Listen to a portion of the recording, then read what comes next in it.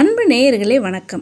இன்றைக்கி இந்த பதிவில் மகா பெரியவா ஒரு பக்தருக்கு சொன்ன ஒரு அற்புதமான எளிய குலதெய்வ வழிபாடும் குலதெய்வ பரிகாரத்தை பற்றி தான் இந்த பதிவில் பார்க்கவிருக்கிறோம். பதிவை ஸ்கிப் செய்யாமல் முழுவதுமாக பார்த்தீங்கன்னா தான் இந்த பதிவில் சொல்லப்படக்கூடிய அனைத்து விஷயங்களும் உங்களுக்கு புரிய வரும். ஒரு சமயம் காஞ்சி ஸ்ரீமடத்தில் மகா பெரியவா பக்தர்களை சந்தித்து அருளாசி வழங்கி கொண்டிருந்தார்.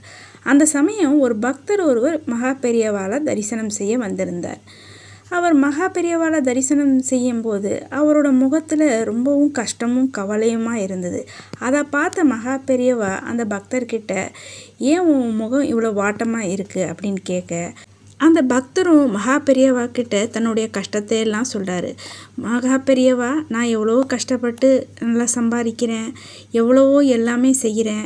ஆனால் எங்கள் வீட்டில் தொடர்ந்து ஒருத்தர் மாற்றி ஒருத்தரும் ஏதாவது ஒரு கஷ்டம் துன்பம் அப்படின்னு வந்துக்கிட்டே இருக்குது. என்ன செய்தாலும் எதுவுமே தீர்வாக மாட்டேங்குது. ஒருத்தர் மாற்றி ஒருத்தர் யாருக்காவது உடல்நல குறைபாடு அப்படின்னு சொல்லிட்டு மாறி மாறி வந்து தொடர்ந்து ஒரு பிரச்சனையிலே இருக்குது.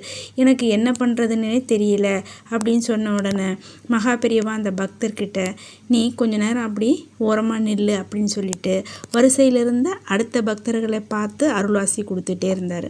இந்த பக்தருக்கா நம்ம எவ்வளோ மனசு வருத்தத்தில் நம்ம வந்திருக்கோம், மகா பெரியவா நம்மக்கிட்ட கேட்டுட்டு நம்மளை ஒன்றுமே சொல்லாமல் இப்படி நம்மளை நிற்க வச்சாரு அப்படின்னு சொல்லிட்டு கொஞ்சம் மன சஞ்சலத்தோடு இருந்துக்கிட்டே இருந்தார்.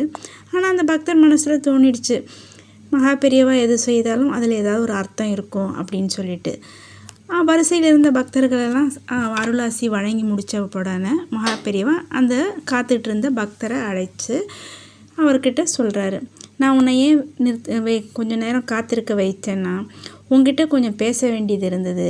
அதனால தான் மற்ற பக்தர்களுக்கெல்லாம் உடனே அனுப்பும்படியாக இருந்தது. அதனால தான் உன்னை கொஞ்சம் நேரம் காத்திருக்கும்படி சொன்னேன் அப்படின்னு சொல்லிட்டு அந்த பக்தர்கிட்ட மகா பெரியவா கேட்குறா, ஏன் உனக்கு இவ்வளோ கஷ்டம்? நீ உன்னுடைய குலதெய்வ கோயிலுக்கு கடைசியாக எப்போ போயிட்டு வந்த அப்படின்னு கேட்குறாரு.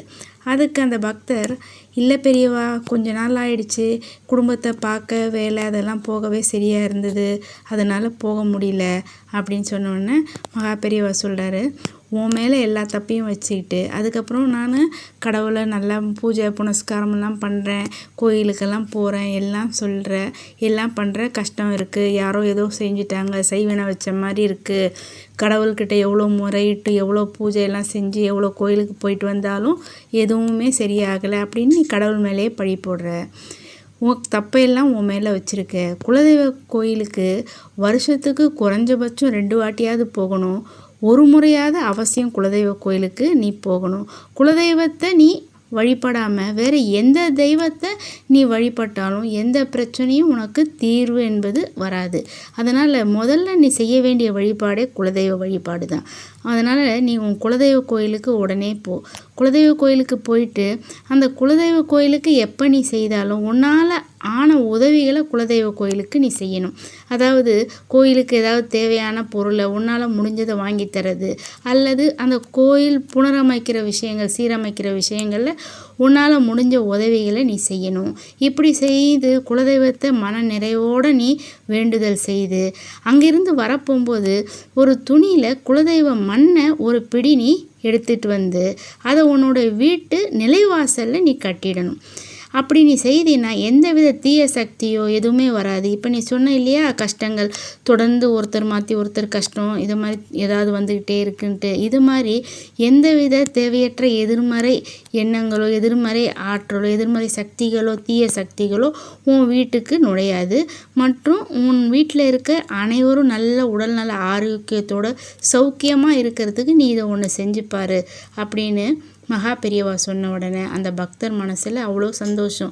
தன்னுடைய பிரச்சனை துன்பம் கஷ்டத்துக்கெல்லாம் ஒரு தீர்வு வந்துருச்சுன்ட்டு உடனே கோயிலுக்கு போய் குலதெய்வ கோயிலுக்கு போய் பெரியவா சொன்ன மாதிரி செய்து வந்த உடனே அவனுக்கு கொஞ்சம் கொஞ்சமாக அவனுடைய கஷ்டங்கள்லாம் விலகிறத பார்த்துட்டு மறுபடியும் மகா பெரியவாவை சந்தித்து, பெரியவா நீங்கள் சொன்னதை செஞ்சுட்டேன், எனக்கு இப்போது குடும்பத்தில் நல்ல நிம்மதி சந்தோஷம் எல்லாம் ஆரோக்கியத்துடன் சௌக்கியமாக இருக்கான்னு சொன்னான்.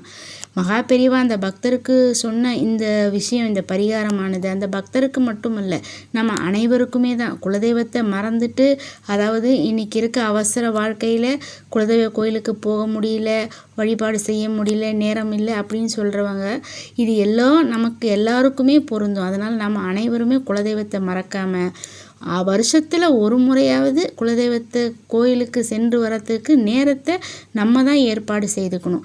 நம்ம நேரத்தை ஏற்பாடு செய்து அவசியம் குலதெய்வ வழிபாட்டை நம்ம அனைவருமே தவறாமல் மேற்கொள்ளணும்.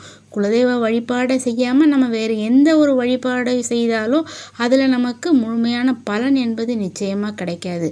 அதனால் குலதெய்வ வழிபாட்டினுடைய அவசியத்தை அனைவருமே தெரிந்து வைத்து கொண்டு கட்டாயம் நம்ம குடும்பத்தோட வருஷத்துக்கு ஒரு முறையாவது குலதெய்வ கோயிலை போய் நம்ம வழிபாடு செய்து மகா பெரியவா சொன்ன மாதிரி குலதெய்வ மண்ணையும் கொண்டு வந்து நம்ம வீட்டு வாசலில் கட்டி எந்தவித பிரச்சனையும் இல்லாமல் அனைவரும் சந்தோஷத்துடன் சௌக்கியமாக இருக்கிறதுக்காக தான் இந்த பதிவை நான் உங்களுக்கு தரேன். அன்பு நேயர்களே, இந்த பதிவை நீங்கள் மட்டும் கேட்டு பயனடையாமல் அனைவருக்குமே இந்த பதிவினை ஷேர் செய்து, இதுவரை சப்ஸ்கிரைப் செய்யாத அன்பர்கள் சப்ஸ்கிரைப் செய்து பெல் பட்டனை அழுத்தி தொடர்ந்து இணைந்து ஆதரவு தர அன்புடன் கேட்டுக்கொள்கிறேன். நன்றி.